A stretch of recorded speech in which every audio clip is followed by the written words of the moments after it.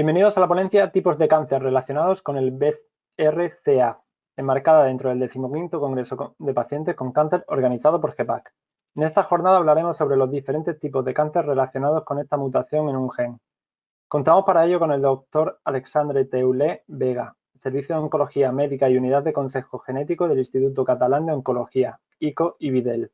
Aprovechamos esta pequeña introducción para agradecerle en nombre del Grupo Español de Pacientes con Cáncer su participación y colaboración en este congreso. Adelante, doctor, cuando usted quiera. Hola a todo el mundo.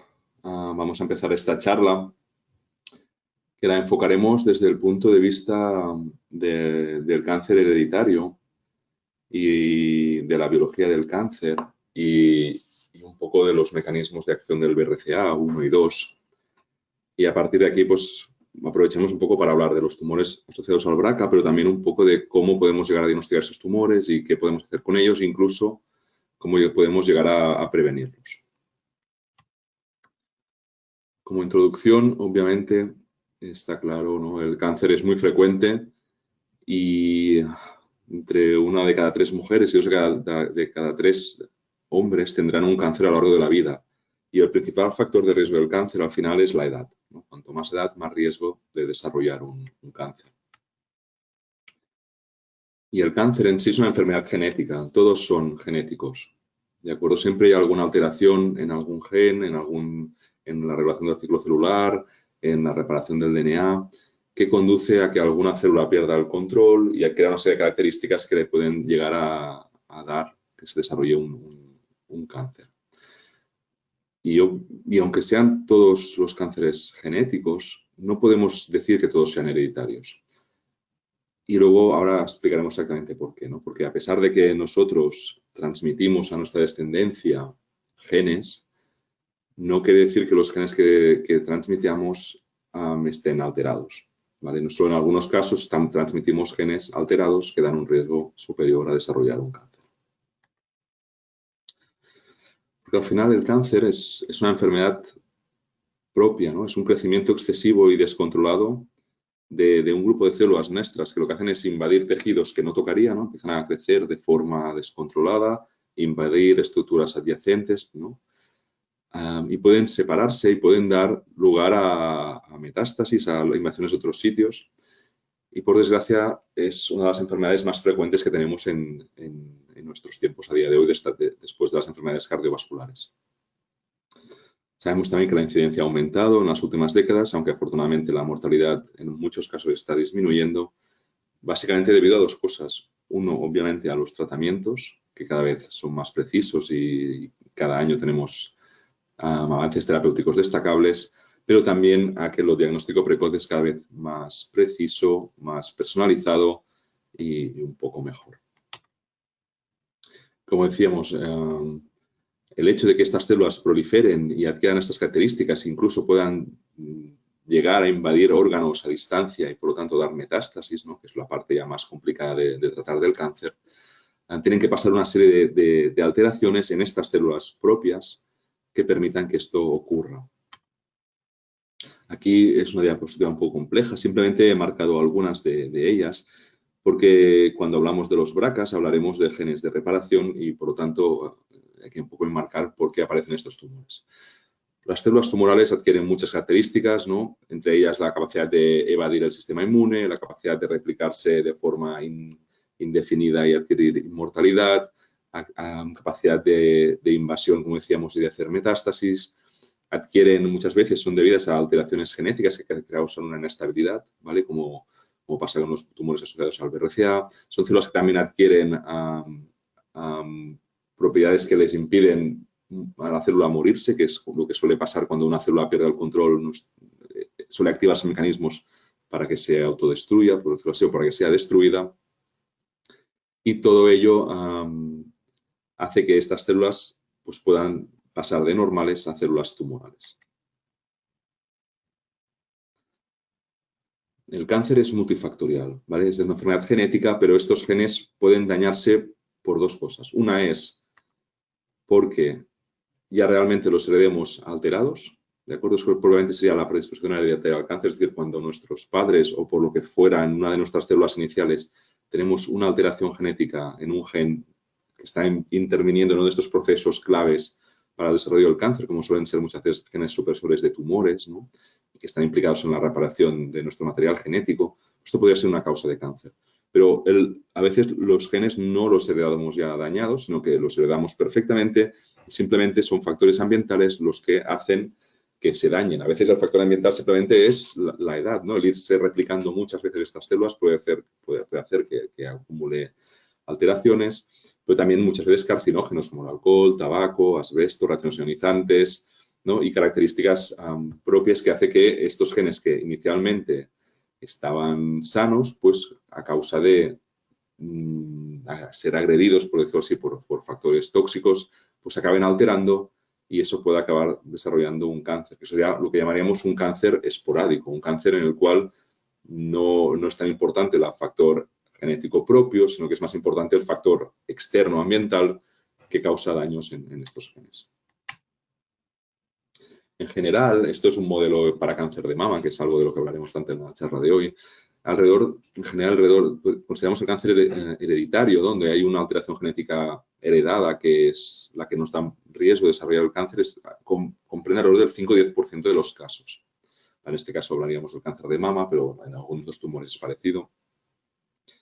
También luego hay un 15-20% de casos que vemos que hay varios casos en la familia, pero no acabamos de encontrar una alteración genética única, clara, que los relacione entre ellos, ¿no? Y pensamos que pueden ser debidos a múltiples alteraciones genéticas de menor importancia, que confieren un riesgo menor, pero según cómo se heredan pueden aumentar el hecho de que esas personas puedan desarrollar cáncer, obviamente, junto con factores ambientales, pero que la mayoría de casos no tendrían que ver con la herencia y serían más debidos a factores ambientales, o sean de causa esporádica, a veces de causa no conocida a día de hoy.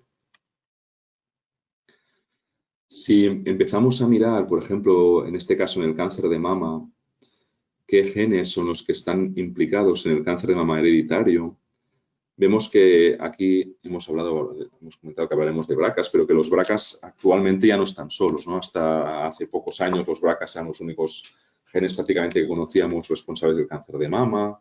También P53 y PTEN, ¿no? Eran conocidos, pero ya englobados en síndromes más infrecuentes como el Lifraumen y el síndrome de Cowden. Pero en los últimos años hemos ido viendo como otros genes como ATM, CHEK2, PALB2 pueden estar implicados en el cáncer de mama y algunos otros que están todavía en estudio.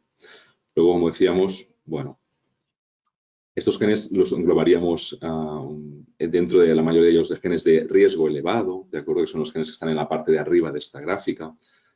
Y los que hemos ido descubriendo un poco más últimamente son genes un poco más de riesgo más moderado, que son genes que nos dan un riesgo menor de desarrollar ese tipo de tumores y que son a veces más afectados por los factores ambientales.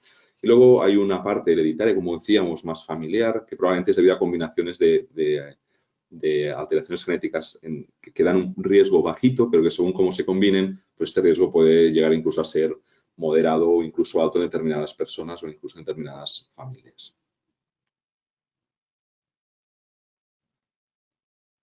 Muy bien. ¿Cómo determinamos entonces, ¿no? Que un cáncer es hereditario? Decíamos que es el 5 o 10% y que obviamente lo vemos cuando es la posibilidad de que unos progenitores lo puedan transmitir un riesgo a su descendencia, ¿no? Por decirlo así. En muchos casos no tiene que ver con el sexo de la descendencia, porque, como hablaremos, muchos de estos genes no se encuentran en los cromosomas sexuales.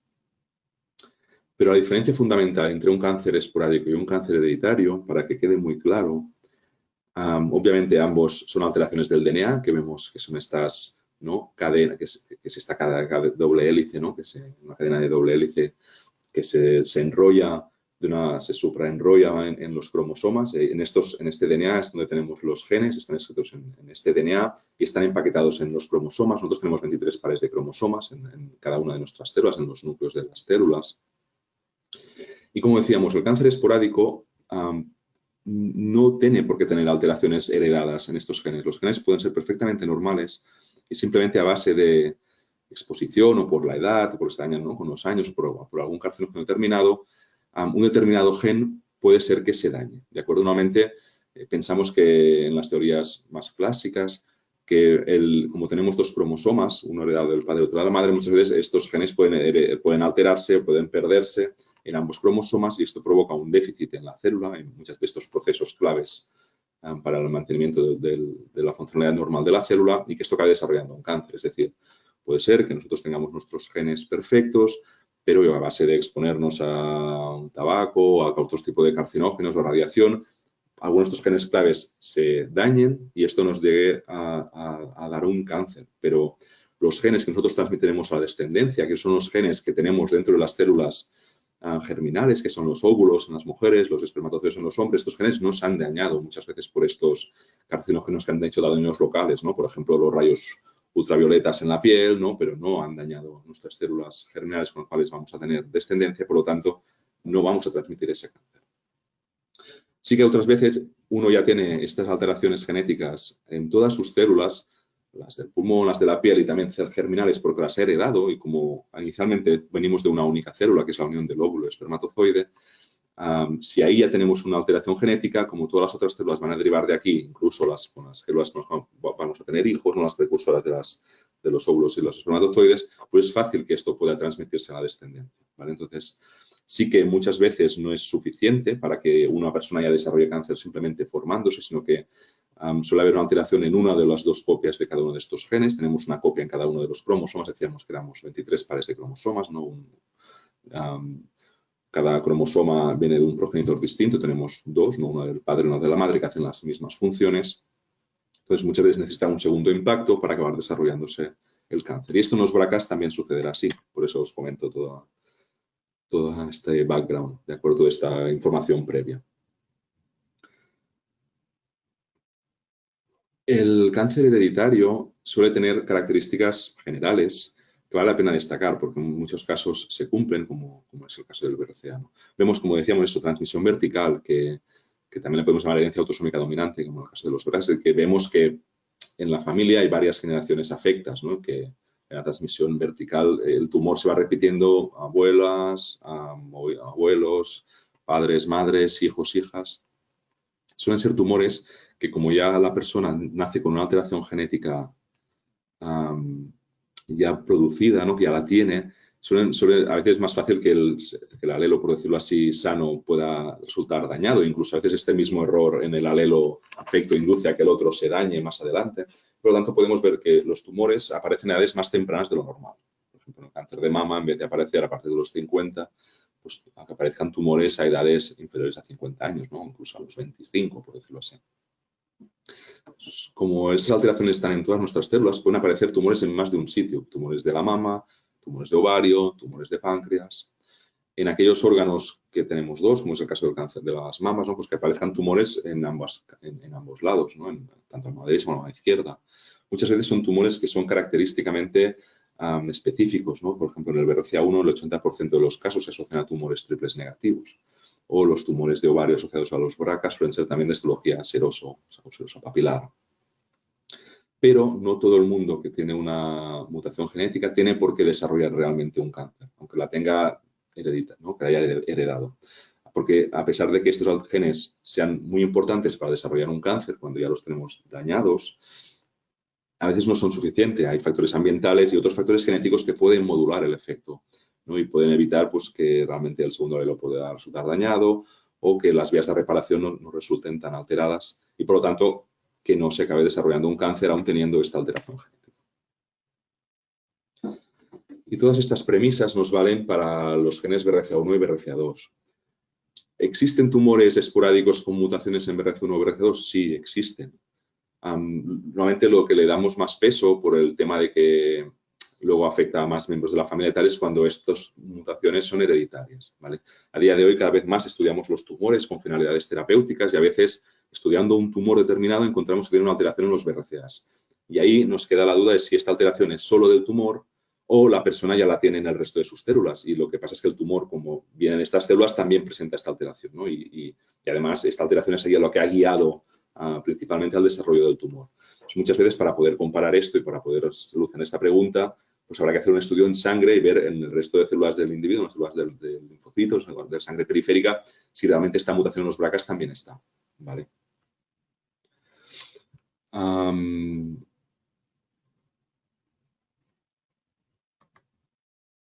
Los BRCAs son genes muy importantes porque intervienen, como decíamos, en estas vías claves de la reparación del DNA. En este caso, una vía que se llama recombinación homóloga, que es cuando se daña, hay roturas de doble cadena del DNA, ¿vale? Cuando las dos cadenas del DNA se rompen. Y ellos tienen que estar aquí justo con otros genes y están implicados en la reparación de estas roturas. Por lo tanto, cuando empezamos a tener errores en esta vía, el DNA no se repara correctamente y esto empieza a generar una serie de alteraciones genéticas que se acumulan y que pueden acabar dando una pérdida, ¿no?, del control, una pérdida del control celular y que acaben desarrollando un cáncer. Como comentábamos, hay 23 pares de cromosomas y, por ejemplo, el gen BRCA1 está en el cromosoma 17 y el BRCA está en el cromosoma 13. ¿Qué significa eso? Significa que no están en los cromosomas sexuales. Los cromosomas sexuales, veis aquí en el lado de la izquierda, hay 22, ¿no?, cromosomas y los dos últimos, el número que sería el número 23, en este caso es un varón que tiene una X y una Y, ¿vale? Si fuera una chica sería XX. Pues los BRCAs no están en esta X ni en esta Y, por lo tanto no están asociados al sexo, sino que están en el resto de cromosomas que son idénticos tanto en hombres como en mujeres. Por lo tanto, tanto hombres como mujeres pueden heredar alteraciones genéticas en estos genes BRCA y tanto hombres como mujeres podrán transmitir esas alteraciones genéticas a su descendencia, ¿vale? ¿Cuál es la probabilidad de heredar una mutación en BRCA1 o BRCA2? Pues es un 50%, porque cuando, por ejemplo, en el cromosoma 17 tenemos una alteración en uno de estos genes, ¿no?, cuando tenemos descendencia de estos dos cromosomas solo pasaremos uno a la descendencia, porque el otro cromosoma tiene que venir del otro progenitor. Y a veces podemos pasar el sano y a veces el afecto. Es una posibilidad entre dos que es un 50%. ¿De acuerdo? En principio, para que esto acabe desarrollando un cáncer, en una célula concreta probablemente la otra copia sana, ¿no?, la copia sana que va manteniendo la función de reparación, en algún momento se piensa que resulta dañada y, por lo tanto, ahí la vía empieza a fallar y eso puede acabar desarrollando el cáncer. Y aquí vemos un esquema de lo que sería la herencia autosómica dominante, ¿no?, en la cual un individuo de afecto que tiene el gen mutado pues puede transmitir en un 50% este gen y en un 50% no transmitirlo, ¿vale? Pero comentábamos, en los genes BRCA como mínimo y en muchas otras enfermedades hereditarias, la penetrancia no es completa. Es decir, no todo el mundo que tiene la mutación desarrolla en este caso un cáncer, ¿vale? Fijaros si no, por ejemplo, esta familia, ¿no?, que está marcada en rojo esos casos que están afectos de cáncer, en este caso es cáncer de mama, y en blanco son casos que no tienen ningún cáncer. Los círculos son mujeres, los cuadrados son los varones, y aquí vemos que hay una familia que tiene 3 casos de cáncer de mama, uno de ellos es inferior a los 50 años, pero el otro a los 51, otro a los 60, que son, pues bueno, vemos que además hay transmisión vertical, y que cuando se le hace el estudio genético vemos que tiene mutaciones en BRCA esta chica que está marcada esta mujer que está marcada con una flecha, y luego empezamos a estudiar al resto de familiares y vemos que hay casos que tienen la mutación en el BRCA2 y casos que no la tienen. Y en algunos casos no hay mutaciones en BRCA2 en gente mayor, como es el caso de esta señora, ¿no?, de 84 años o la otra de 79, que tienen mutaciones en BRCA2 y a pesar de ella tener una cierta edad, ¿no?, con lo cual lo normal es que hubieran desarrollado ya algún cáncer, pues de momento no han desarrollado nada, ¿no? Con lo cual aquí vemos un ejemplo de penetrancia que no es completa. Ya hace unos 25 años, un poquito más, que se descubrieron estos genes BRCA1 y BRCA2, que como decimos son genes supresores de tumores, que tienen esta herencia autosómica dominante, con esta penetrancia que es alta pero que no es del 100%, incluso aún teniendo la misma mutación, incluso estando miembros de la misma familia, y que obviamente eso viene dado a que hay otros factores genéticos y factores ambientales que están un poco influyendo también en la penetrancia de estas mutaciones.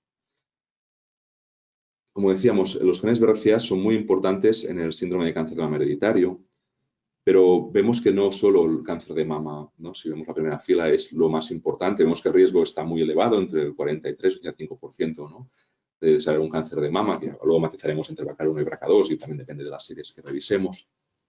Sino que también hay otros tumores, ¿no?, como cáncer de ovario, también el cáncer de mama en hombre está aumentado, también en hombre el cáncer de próstata está más aumentado, el cáncer de páncreas también está asociado a estas alteraciones en estos genes y el melanoma también. Esos son los tumores que están más asociados a estos tumores BRCA, BRCA1 y BRCA2, ¿vale? Pero cuidado, porque el cáncer de mama tiene muchas otras, como decíamos, causas a nivel hereditario y otras mutaciones que también tenemos que explorar. Algunas asociadas a síndromes como estos que estamos aquí en la pantalla, muy específicos, y otras no, que solo vemos cáncer de mama o cáncer de mama y, por ejemplo, cáncer de páncreas o cosas así, ¿no? No solo el BRCA1 y BRCA2 es relevante a día de hoy, sino que los estudios genéticos tienen que ir más allá. Sí que es verdad que los BRCA son los más conocidos porque son, como decíamos, los que hace más años que conocemos, los cuales tenemos más seguimiento en nuestras pacientes con cáncer de mama asociado a mutaciones germinales en los BRCA y también en personas que no tienen ningún cáncer pero que son portadoras de una mutación y que están en seguimientos especiales. Como es el caso de Angelina Jolie. Angelina Jolie, ella, bueno, en 2013 ya en una editorial del New York Times explicaba su caso y eso fue un boom mediático en cuanto a los BRCA. Como comentábamos, los BRCA ya hacía casi 20 años que estaban descubiertos. Las unidades de consejo genético en España, la primera, bueno, como mínimo la nuestra, no sé si era la primera, se abrió en el año 98, 99, ¿no? Con lo cual en 2013 hacía 14 años que estábamos trabajando con los BRCAs, con estudios genéticos de este estilo. Pero es verdad que el salir en la prensa mediática, una persona de su impacto mediático, pues fue algo muy relevante. Ya comentaba que su historia familiar, ¿no? Una historia muy típica de BRCA1, una madre que estuvo luchando contra el cáncer y que finalmente murió a los 56 años de un cáncer de ovario, ¿no? Y que habían hecho un estudio genético y habían detectado una mutación en BRCA1 y que ella también la tenía y que desde hacía tiempo pues, ella estaba haciendo ya controles, ¿no? Ella estaba hablando con sus doctores, los riesgos que ella tenía, que en su caso eran estimados en función de la mutación, de su mutación, en la que BRCA1 probablemente de factores personales y factores familiares en el alrededor de un 87% de hacer un cáncer de mama y de un 50% de cáncer de ovario y por eso ella había decidido hacerse una mastectomía, ¿de acuerdo? Y que posteriormente, unos años más tarde, también la salpingoforectomía, disminuyendo tanto el riesgo de cáncer de mama como el riesgo de cáncer de ovario. Y eso también fue algo importante de cara a que pues, cada vez el número de pacientes que fueron derivados de un consejo genético pues, iba en aumento y así ha ido persistiendo. Ya llevamos una línea ascendente y la seguimos manteniendo. Entonces, comentábamos que los BRCA, ¿no? El protagonista probablemente es el cáncer de mama, que nos da un riesgo más alto. El segundo, clásicamente, es los tumores en ovario. Cuando hablamos de trompas de falopio y sobre todo en el BRCA1, tumores en el peritoneo. Son tumores que también son parecidos a los tumores de ovario, pero que aparecen en el peritoneo, que es una membrana, ¿no? Que envuelve los intestinos, ¿vale? Y ahí puede aparecer también un tumor. Tumores de próstata en los varones, páncreas y de melanoma serían los más típicos asociados a mutaciones germinales en nuestros genes BRCA1 y BRCA2. ¿Qué riesgo realmente tenemos, ¿no? La penetrancia no es del 100%, pero ¿qué riesgo hay cuando una persona tiene esta mutación? Pues dependerá de varias cosas, ¿no? Dependerá de si es un hombre o es una mujer, básicamente porque los hombres no tienen ovarios ni trompas de falopio. Si tienen próstata, ¿no? Las mujeres no. Tienen las mujeres una mama más desarrollada, los hombres una mama muy atrófica, con lo cual hay los riesgos, pues, y además, pues unos tienen unas influencias hormonales determinadas, ¿no? Y los hombres otras totalmente diferentes. Y todo esto influye en el riesgo de desarrollar tumores malignos en este contexto. En la primera columna, ¿no? Pues ponemos el tipo de cáncer, en la segunda el riesgo de la población general. Obviamente, según las series, esto puede variar un poquito, pero bueno, en general la idea es esta. Y en la tercera y la cuarta, pues el riesgo de hacer estos tumores si tenemos una mutación germinal, es decir, en la sangre, en todas nuestras células, heredada, ¿no? En estos genes BRCA1 y BRCA2. Unas mutaciones que consideramos que son mutaciones que alteran el correcto funcionamiento del gen y que, por lo tanto, alteran estas vías, pueden alterar estas vías de reparación potencialmente. La población general que suele un cáncer de mama oscila entre el 8 y el 12%, pero si tenemos una mutación en BRCA1 y BRCA2, pues esto se puede multiplicar por 5, incluso por 4, por 5, incluso por 6 o por 7, ¿no? Por lo tanto, consideramos que el riesgo de hacer un cáncer de mama con estas mutaciones es un riesgo alto, aunque no es obviamente del 100%. También, aunque ya hemos tenido un cáncer de mama, hay un riesgo de hacer un segundo tumor, esto en todas las mujeres que han hecho un cáncer de mama, pero este riesgo es más alto si tenemos mutaciones en BRCA1 y en BRCA2. También el riesgo de cáncer de ovario, que está alrededor del 1 o 2% en la población general, pues se multiplica ¿no? Pasa alrededor de 40-50% en BRCA1 y del 15-20% en BRCA2, con lo cual, aunque no son riesgos absolutamente, en valores más absolutos tan altos como la mama, sí que si los comparamos con la población general, el riesgo aumenta mucho más, ¿no? Multiplicamos por más con relación a la población general. En los hombres, sobre todo el riesgo de cáncer de mama está aumentando cuando hay mutaciones en BRCA2 y está como mucho entre el 6 y el 9%. El cáncer de próstata también aumenta, sobre todo cuando hay mutaciones en el gen BRCA2 en los varones. Y en el cáncer de páncreas, tanto en BRCA1 como en BRCA2, aunque principalmente en BRCA2 el riesgo está aumentado, y sobre todo lo vemos en determinadas familias, que vemos que hay cáncer de páncreas. En estas parece que el riesgo está más aumentado que en aquellos casos de familias en las que no han desarrollado un cáncer de páncreas. Y algo pasa parecido en los melanomas, donde también tenemos un riesgo más elevado, aunque no es un riesgo muy alto, es un riesgo un poco más alto en comparación con la población general. Y sobre todo en determinadas familias en las que vemos aparición de estos melanomas, que pueden ser tanto melanomas de la piel como también melanomas oculares, ¿de acuerdo? De la uvea, del fondo del ojo. Aquí vemos otra vez, repasamos los riesgos, ¿no? Aquí hay muchas series. Aquí vemos eso de cáncer de mama y cáncer de ovario, ¿no? De series, algunas de ellas españolas, que van un poco en la misma línea. En series tenemos muchas, también tenemos series prospectivas de varios grupos, ¿no? Donde vemos esto, ¿no? El riesgo de cáncer de mama, que son estas curvas que van aumentando con la edad, el riesgo de cáncer de mama contralateral, que son estas curvas discontinuas que en la primera gráfica van un poco más por encima, y el riesgo de cáncer de ovario, ¿no? Y vamos viendo cómo el riesgo, llamamos riesgo acumulado, va aumentando a medida que aumenta la edad en estos casos en estas personas con mutaciones en estos casos son mujeres, ¿no?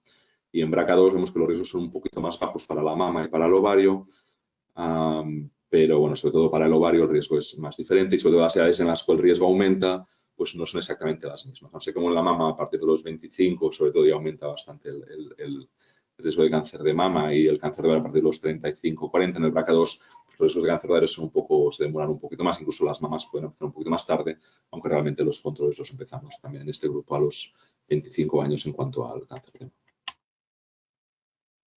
Los tumores que se asocian a estos genes son especiales, pero en algunos casos sí, ¿no? En el BRCA1 suelen ser tumores, en el 80% que son tumores con receptores hormonales negativos, ¿no? Que esto es mucho más alto que cuando son tumores esporádicos. Y la mayoría no son solo receptores hormonales negativos, es decir, que no tienen ni receptores de estrógeno ni de progesterona, sino que tampoco tienen un receptor de membrana que se llama ER2, que es un receptor a día de hoy muy importante porque en tumores, muchas veces en algunos tumores esporádicos sí que expresan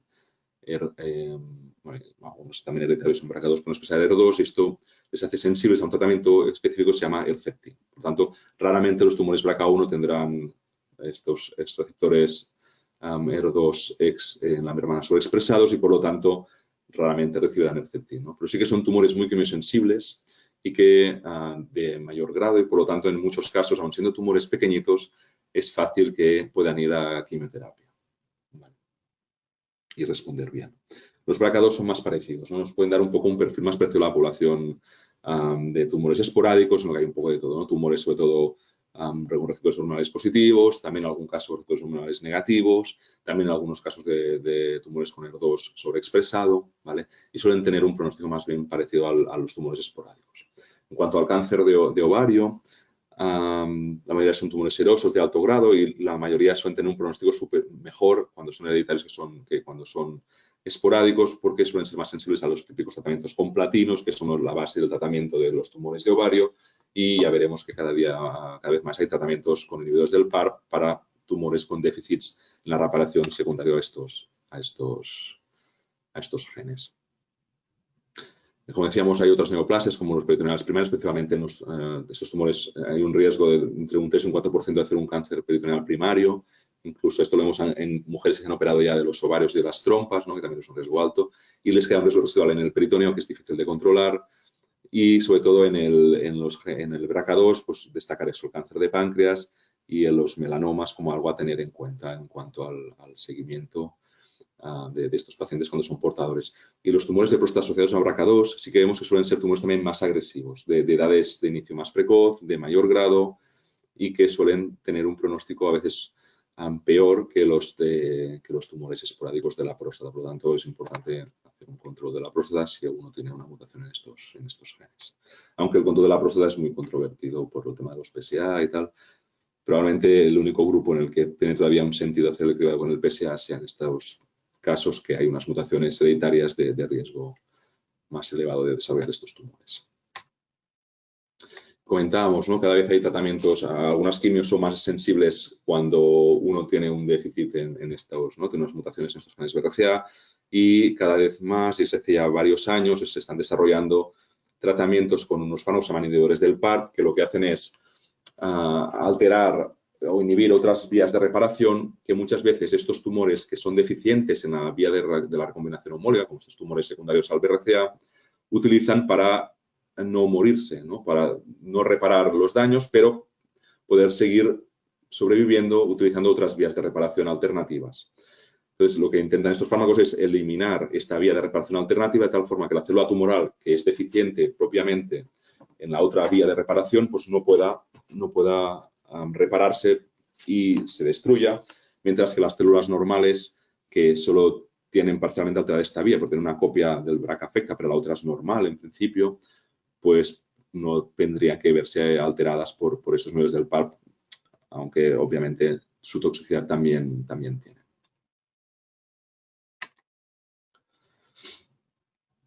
Sí quería destacar un poco, ¿no? Y básicamente el hablar de los tumores creo que era un poco, lo he enfocado así, un poco la puerta para hablar también un poco de todo lo demás, ¿no? Creo que el universo BRCA hereditario es muy amplio y nos corresponde un poco a los oncólogos que nos dedicamos más a la parte de consejo genético, pues poner hincapié y hacer énfasis en eso, ¿no? No solo en la parte más oncológica, sino en el resto de familiares que pueden tener estas mutaciones, en la prevención de la gente que pues, se encuentra que tiene una mutación en estos genes y que por lo tanto tiene unos riesgos más elevados de desarrollar estos tumores y cómo podemos intentar revertir estos efectos de los BRCA, ¿no?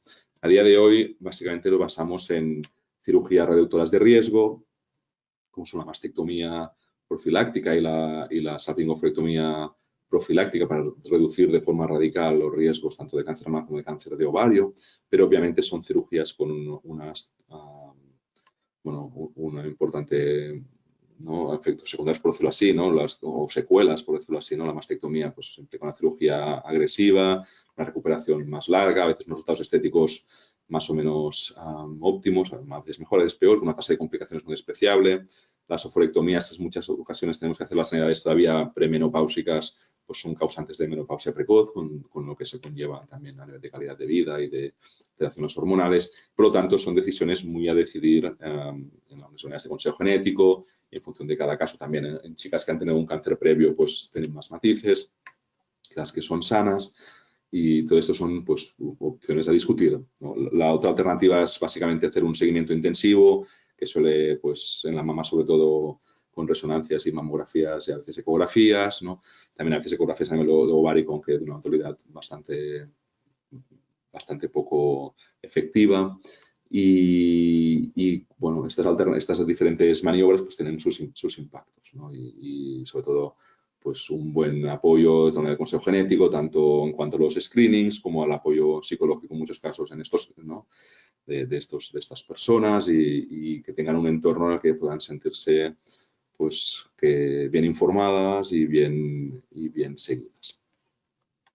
También ahora, a día de hoy, estamos empezando estudios de prevención quizá un poco mejores los que se habían hecho hasta la fecha, pero bueno, que tendrán todavía un recorrido muy amplio hasta que podamos obtener resultados realmente de si hay algunos fármacos que puedan prevenir el desarrollo de tumores en gente con mutaciones, ¿no? Portadores de mutaciones en estos genes. Y quizá evitarles las mastectomías en un futuro. También es muy importante porque, claro, no detectamos ni los tumores BRCA se detectan solos, ni las personas portadoras de mutación tampoco, ¿no? A día de hoy los podemos detectar de dos maneras. Una es detectando muchas veces casos sospechosos por la clínica, ya sea porque tienen antecedentes familiares, ¿no? Estas son las guías de SEOM, que están en inglés, pero que yo creo que son fácilmente entendibles y probablemente se puedan también. Hay varios, seguramente encontraríamos en SEOM alguna equivalencia en castellano. Básicamente es que tenga antecedentes familiares de más de 3 familiares, que sobre todo en tumores de la mama, ovario, ¿no? También tener en cuenta páncreas y próstata, que los tumores sean edades más jóvenes de lo normal o que sean bilaterales o que sean tumores específicos, ¿no? Que de triples negativos, edades jóvenes o tumores de ovario epiteliales. Y como vemos también, y aquí ya empezamos a hablar de que pues muchos casos con cáncer de mama se van a detectar simplemente porque se van a estudiar para saber si pueden beneficiarse de un tratamiento específico, como son las unidades del PARP. Con lo cual, lo que antes, las vías de entrada antes a consejo genético eran más a través de la historia familiar, ¿no? De varios de casos con cáncer de mama con antecedentes familiares. A día de hoy, los tumores también muchas veces vienen desde oncología médica, en gente que igual no tiene tantos antecedentes, pero que encuentran alteraciones a nivel del tumor en estos BRCA. Entonces, como comentábamos, tenemos que empezar a saber si esto es solo del tumor, ha sido un tumor esporádico que se ha desarrollado por alteraciones solo en el tumor de BRCA o realmente esta persona ya tenía una alteración de base en todas las células, incluidas, por tanto, las células que han desarrollado este tumor, y tenemos que empezar a preocuparnos no solo por el tumor de la mama, sino por otros posibles tumores, como comentábamos, o incluso por si tenemos que estudiar a sus hijos o a sus hermanos o a sus padres. ¿De acuerdo?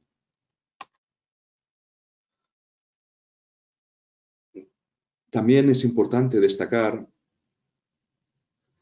que nosotros le damos mucho valor al asesoramiento genético por todo lo que decíamos, ¿no? Es muy importante tener una buena información, es muy importante entender lo que puede ser tener una mutación en el gen en BRCA, aunque tengas ya un cáncer o bien aunque no lo tengas, qué implica esto de riesgo de hacer pues, segundos tumores, terceros tumores o un primer tumor, qué riesgos tiene, qué riesgo puede tener para tu descendencia, qué alternativas para controlar este riesgo tienes o de intentar de hacer pruebas de cribado, qué tan bueno es el estudio genético que vamos a hacer, qué genes vamos a mirar, cómo puede impactar eso también a nivel psicológico en esas personas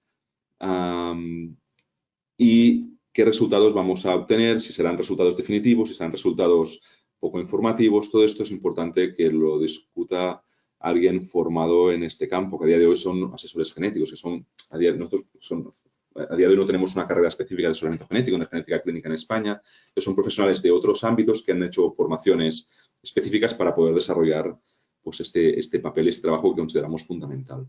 Obviamente, cuando ¿no? La gente que viene a consejo genético viene derivada de oncología y lo que hacemos es estudios en el tumor, es difícil que todos los casos de cáncer de mama pasen por consejo genético, ¿no? Y muchos de estos casos, en el 99% igual no habrá nada hereditario. Entonces es difícil que la unidad de consejo genético haga asesoramiento genético perfecto en todos estos casos cuando realmente el rendimiento de realmente encontrar algo hereditario sea muy bajo. Por lo tanto, probablemente y cada vez más estamos interactuando más con los equipos de oncología médica, formando también a los oncólogos de las diferentes patologías y a las enfermeras referentes de estas patologías para poder hacer un mínimo de asesoramiento genético en estos individuos que eran estudios solamente del tumor y que el interés no es tanto el familiar, sino el saber si van a responder a un tipo de fármaco determinado, pero que como efecto colateral puede poner de manifiesto que ese tumor es hereditario, ¿vale? Tanto una parte de asesoramiento genético hay que hacer y luego, obviamente, en aquellos casos en que probablemente encontremos una mutación en el tumor que pueda ser hereditaria, pues ya derivarlos a la unidad de consejo genético y ahí acabar de completar el asesoramiento de forma más completa y también asumir el resto de casos familiares. Pero dentro siempre de un cierto proceso de asesoramiento genético, que es lo que está más validado y lo que realmente marca la ley y lo que realmente es más útil para el paciente. Para concluir, simplemente remarcar que como comentábamos, cada vez menos habrá estudios solo de BRCA1 y BRCA2. Y como veíamos, hay otros genes implicados en el cáncer mama hereditario y lo que cada vez más estamos haciendo, en nuestra unidad ya hacemos todos los estudios así y en muchas otras cada vez más también, es hacer estudios de paneles, ¿vale? En lo cual no solo hacemos un gen o dos, sino que hacemos, en nuestro caso, 135 genes a la vez, en los cuales, en el caso de cáncer de mama, pues hacemos unos, o de ovario, en otros tumores hacemos otros, ¿no? Y el resto de genes quedan como de investigación para ser revisados muchas veces en posterioridad dentro de estudios de investigación. Al igual que hace unos años teníamos pues múltiples objetos para hacer, ¿no? Pues para hacer fotos, para unos solo para hacer fotos, otro para llamar, otro para escuchar música y otro para escuchar la radio y ahora tenemos pues un teléfono, un smartphone que lo hace todo, ¿no? Pues el panel genético un poco pues, viene a ocupar también este espacio, ¿no? De poder hacer muchas cosas a la vez y no tener que hacer en cada paciente un gen de uno en uno, de forma larga, con lo cual los tiempos de los estudios genéticos son más cortos y el número de genes a mirar son más largos. ¿Eso qué implica? Pues que a veces, no sé, esto es el panel y los genes que nosotros, por ejemplo, miramos aquí en el ICO y cómo organizamos según el tipo de tumor, miramos unas cosas u otras.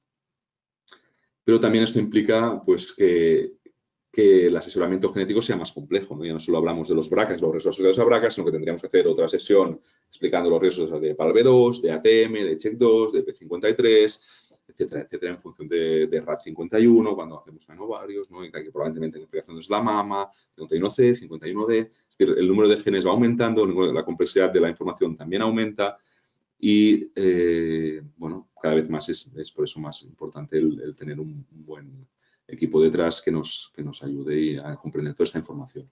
Porque además la información genética no es sencilla de entender, no es tan fácil, no siempre una mutación implica que sea un resultado positivo y que realmente el gen se estropee, porque al final mutaciones hay muchísimas.